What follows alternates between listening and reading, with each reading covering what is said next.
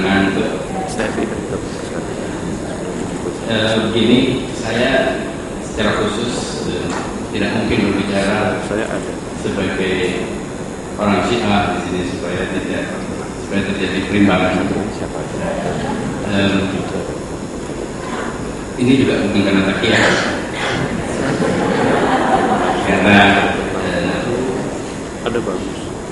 saya diminta untuk berbicara tentang Syiah dalam konteks kebangsaan, negara nasionalisme. Sebetulnya memang ada kritik. Saya melakukan, kalau boleh dikatakan, autokritik terhadap komunitas Syiah di Indonesia. Tidak mungkin kita kalau ingin satu, ingin rukun, ya kita juga harus melakukan introspeksi, melakukan evaluasi. Boleh jadi juga kekurangan itu karena pihak komunitas Syiah.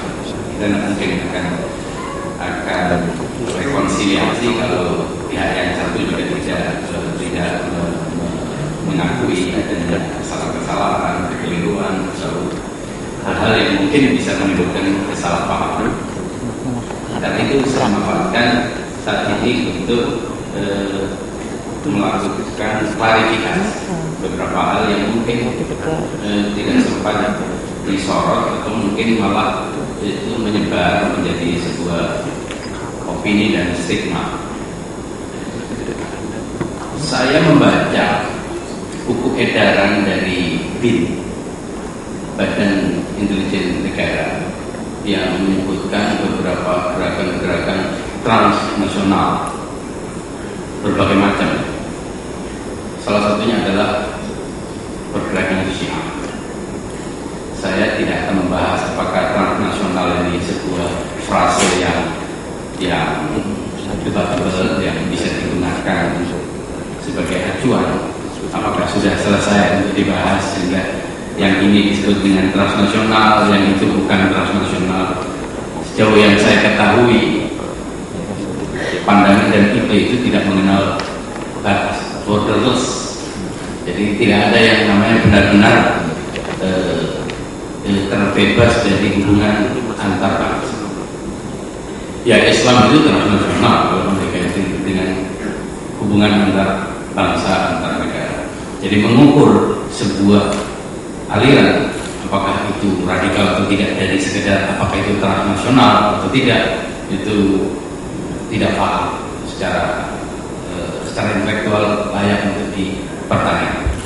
Sayangnya itu tidak pernah dibahas, tapi ya dimunculkan menjadi sebuah opini yang terkadang menjadi sebuah vonis.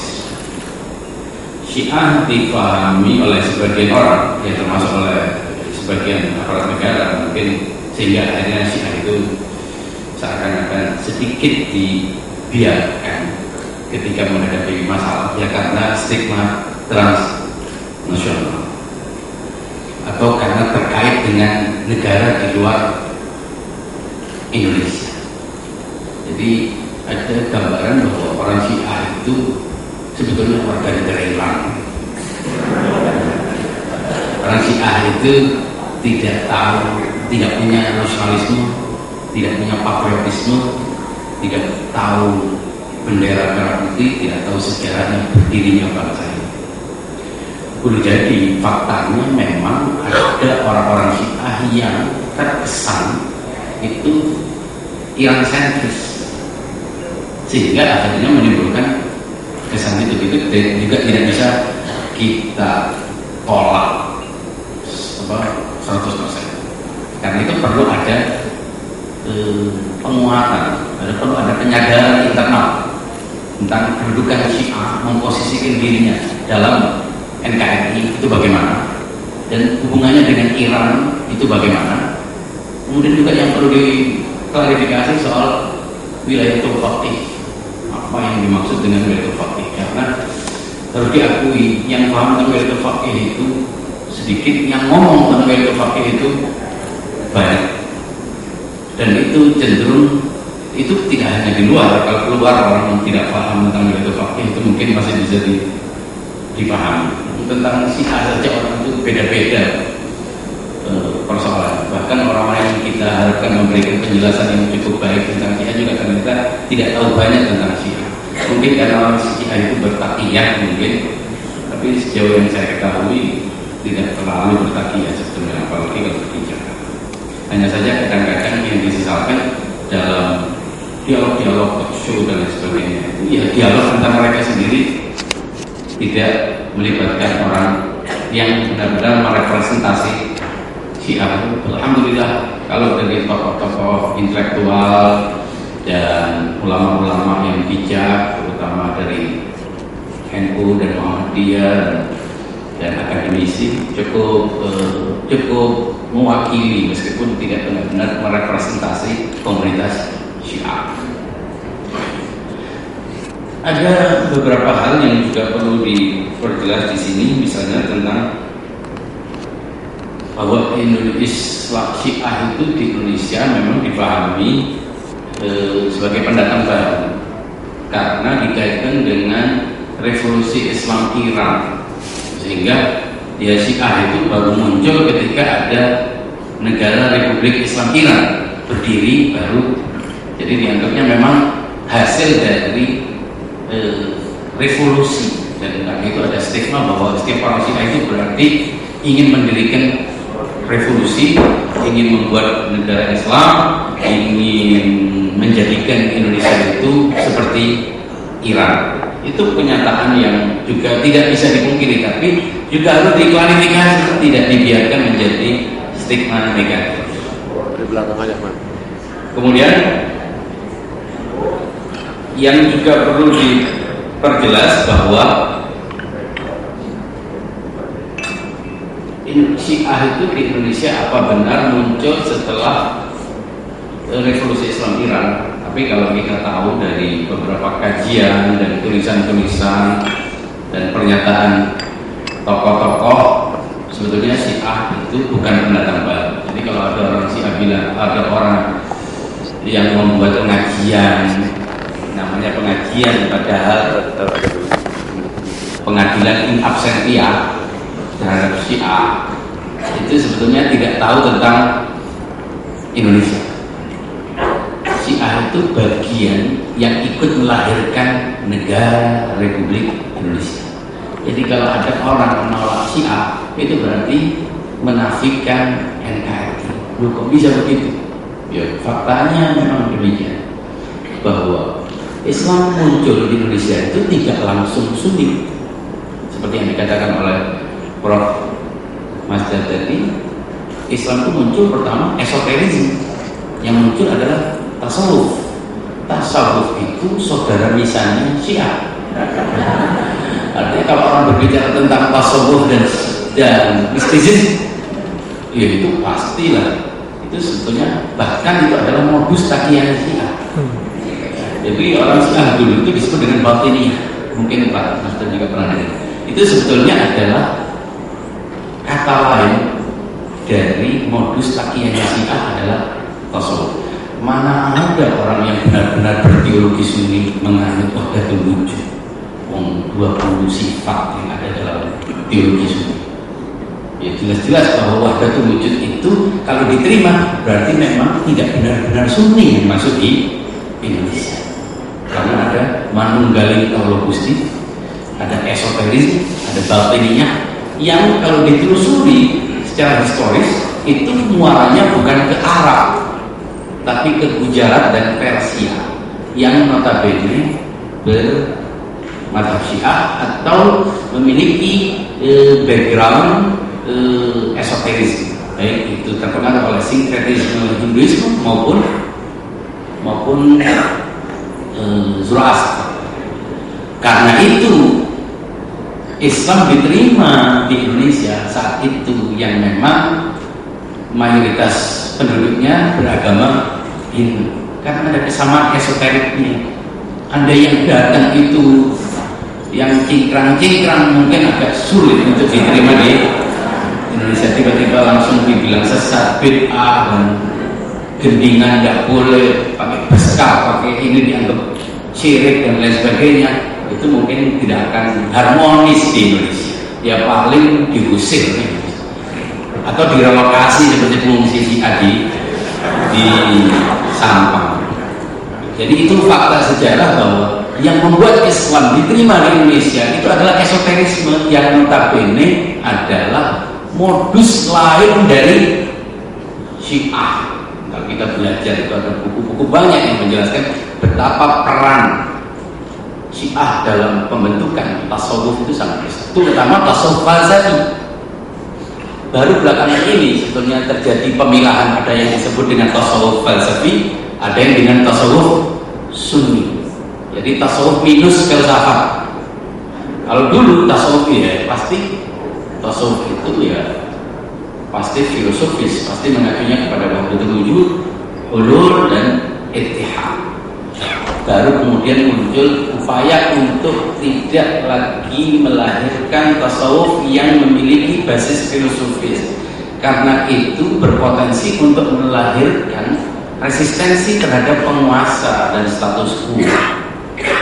Baru setelah itu tasawuf mengalami sunnisasi yang disebut dengan tasawuf sunni. Jadi Islam pertama yang muncul dari Gujarat, dari Persia maupun dari India yaitu.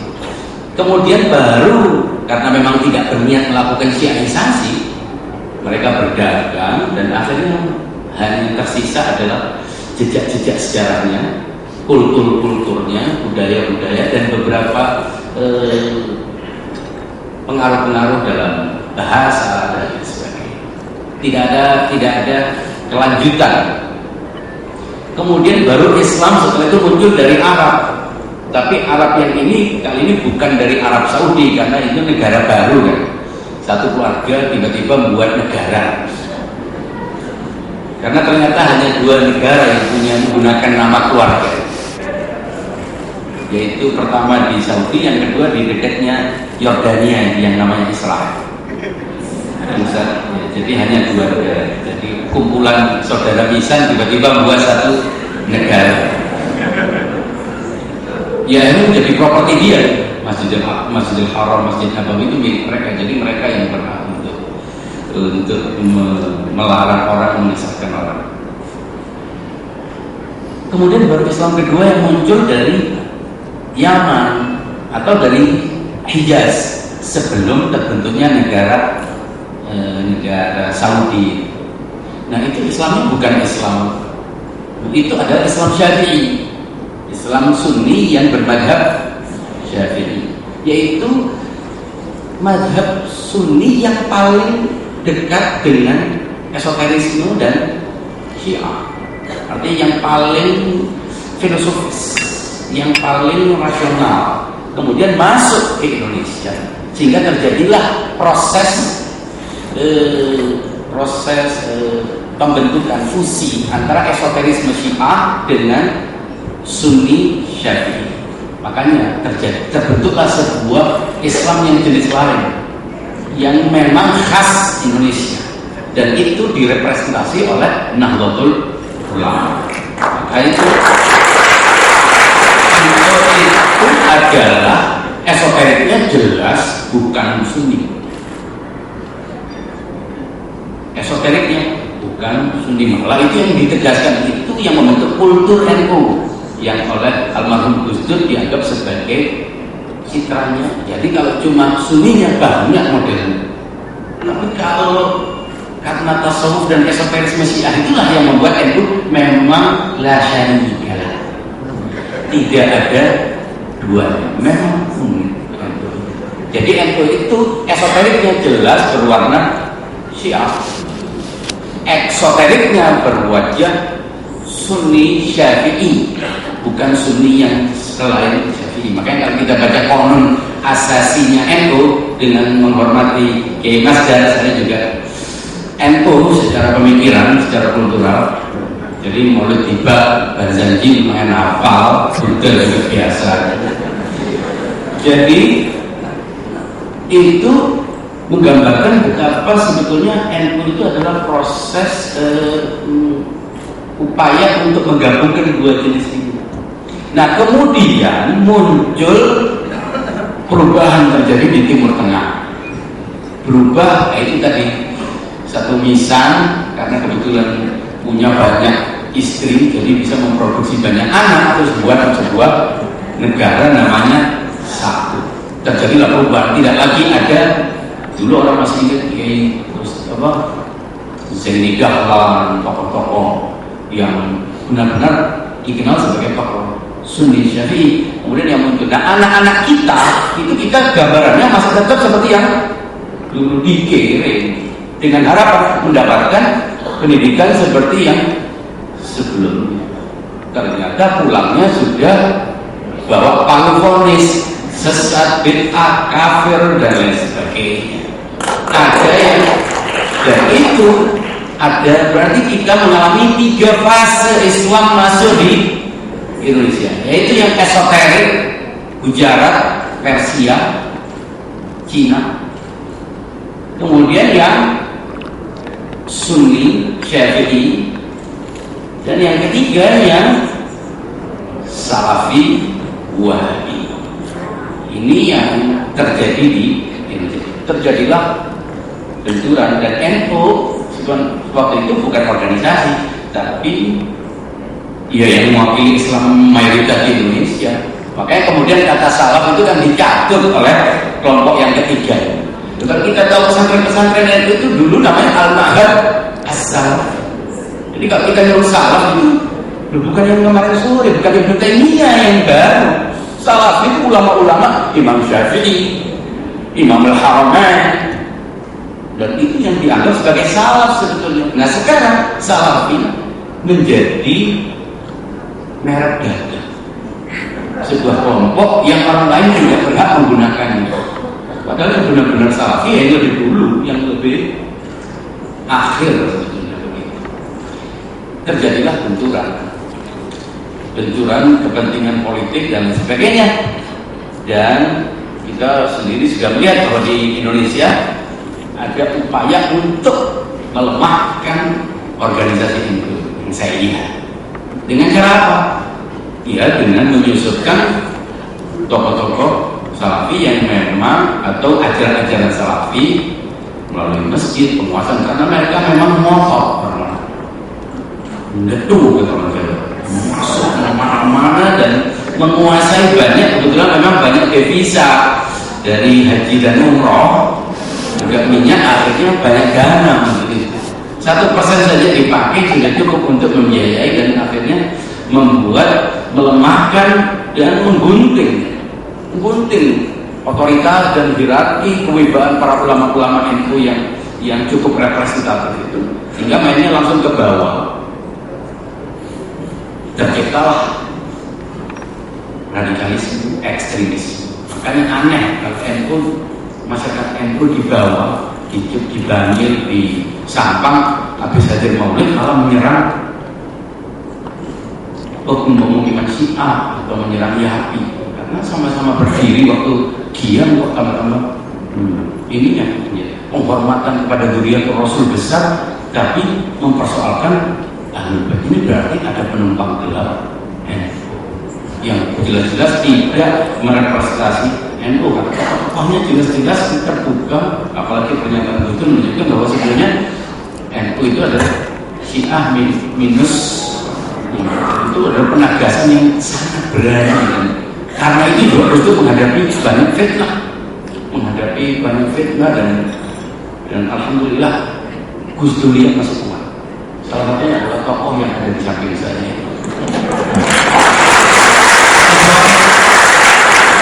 NU yang Gus Dur, NU yang toleran, NU yang asli. Jangan sampai ada tokoh Al-Bayyinah tiba-tiba duduk menjadi pengurus PBNU, kan lucu gitu. Apalagi nggak lulus sanawiyah bisa jadi saksi ahli. Ini kan jangan sampai terjadi. Terlalu besar penghormatan kita dan cinta kita kepada NU ini. Jangan sampai penumpang-penumpang gelap itu masuk mencoreng citra Nahdlatul Ulama yang sudah kita katakan esoteriknya itu sudah jelas dan eksoteriknya adalah Sunni Syafi'i.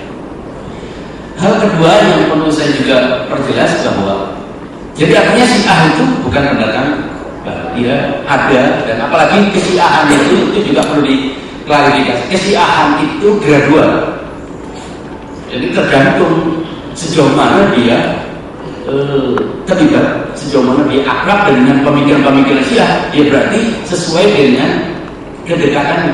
Jadi bisa jadi secara pemikiran dia Syiah, mungkin dia menerima prinsip-prinsip tertentu dalam Syiah sehingga dia juga bisa dianggap Syiah. Makanya Syiah itu tidak bisa diidentifikasi, bukan karena Syiah, karena memang cair, nggak ada registrasinya, nggak ada anggotanya, nggak ada seragamnya, nggak ada. Jadi kalau ingin mempelajari Syiah melalui orang-orang yang agak kesulitan, lebih baik mempelajari prinsip-prinsip, dan yang lebih bagus lagi tanya Syiah kepada yang tahu Syiah. Tanya kedokteran kepada dokter, ya, tanya kepada insinyur. Lucu kalau sekumpulan insinyur kemudian membahas tentang salah satu penyakit dalam ilmu kedokteran. Nah, karena itu sekarang saatnya Syiah juga membuka diri. Ini yang perlu diperjelas. Jangan biarkan orang di luar Syiah itu menduga-duga. Jangan biarkan orang di luar Syiah itu menganggap kita ini eksklusif.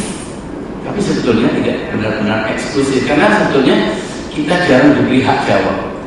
Dia keburu diberi vonis, dianggap menodai agama dan lain sebagainya. Padahal kalau saya ini sampai mau bayar, ada yang mau tanya tentang Syiah, tapi dihadirkan bayar sendiri, asal dalam forum yang terbuka, yang ilmiah, masing-masing diberi hak yang proporsional, tidak masalah. Tapi kalau tujuannya untuk mensesatkan, ya tidak apa-apa, asal mau disesatkan, tidak ada masalah sebetulnya. Mensesatkan orang itu boleh-boleh saja, asal yang mensesatkan juga mau disesatkan. Tapi itu juga tidak baik. Fala tuzakku anfusakum, huwa a'lamu biman dhalla an sabilihi wa huwa a'lamu biman ihtada. Dia lebih tahu siapa yang sesat, siapa yang tidak ada masalah. Karena itu apabila sesat ini kemudian dikemas menjadi sebuah produk yang bernuansa keagamaan, dianggap wakil dari firman dari Tuhan, nah itu sama dengan sayembara pahala membunuh. Karena itu ketika ada fatwa, misalnya cuma mengeluarkan fatwa, ya iya, tapi fatwa kamu sudah dipahami sebagai license to kill, sebagai izin untuk membunuh. Tiba-tiba gara-gara fatwa itu ada parang-parang dan telur diacungkan. Tiba-tiba ada anak-anak yang tercerai-berai menangis.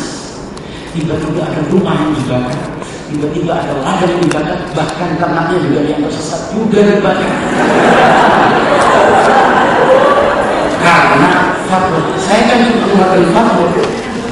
Ya, tapi fatwa ini oleh masyarakat yang awam dianggap sebagai legalisasi. Saya sudah diingatkan oleh Ustaz Abdul Rafiq, jadi saya tidak bisa menjaga. Tentang wilayatul faqih saya tidak sedikit tambah. Wilayatul faqih itu sebetulnya mirip dengan kepausan.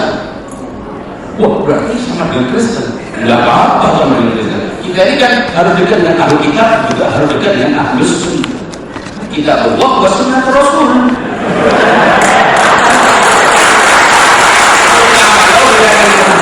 Kita sama dengan kepausan itu artinya bukan setiap orang Katolik itu kemudian kehilangan warga negara.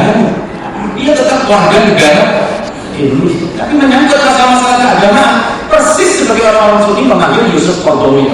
Apa berarti kemudian dia transnasional? Apa berarti dia bukan warga negara Indonesia? Tidak. Jadi hubungan yang terpakai itu adalah hubungan pertanggungjawaban keagamaan yang tidak semata-mata, yang tidak serta-merta otomatis secara niscaya menghilangkan jati diri kita sebagai bangsa Indonesia. Negara Indonesia adalah sebuah konsensus kontrak sosial yang dibangun berdasarkan kesamaan-kesamaan. Jadi kalau ada orang menafikan perbedaan-perbedaan, orang menafikan menganggap beda itu sebagai sesat, berarti dia secara tidak sadar menolak untuk berada dalam kesatuan negara Republik Indonesia yang dibangun berdasarkan kebinekaan dan keadilan. Dan itu adalah ekstremisme. Itu yang akan melahirkan ekstremisme yang lebih jauh lagi, dari ekstremisme sikap menjadi ekstremisme tindakan. Jangan heran, orang pasti menolak kebinekaan apabila dia menolak ada orang lain yang berbeda. Jadi kalau orang anti Syiah pastikan bahwa dia memiliki potensi untuk menjadi seorang ekstremis yang menjadi ancaman bagi negara kesatuan Republik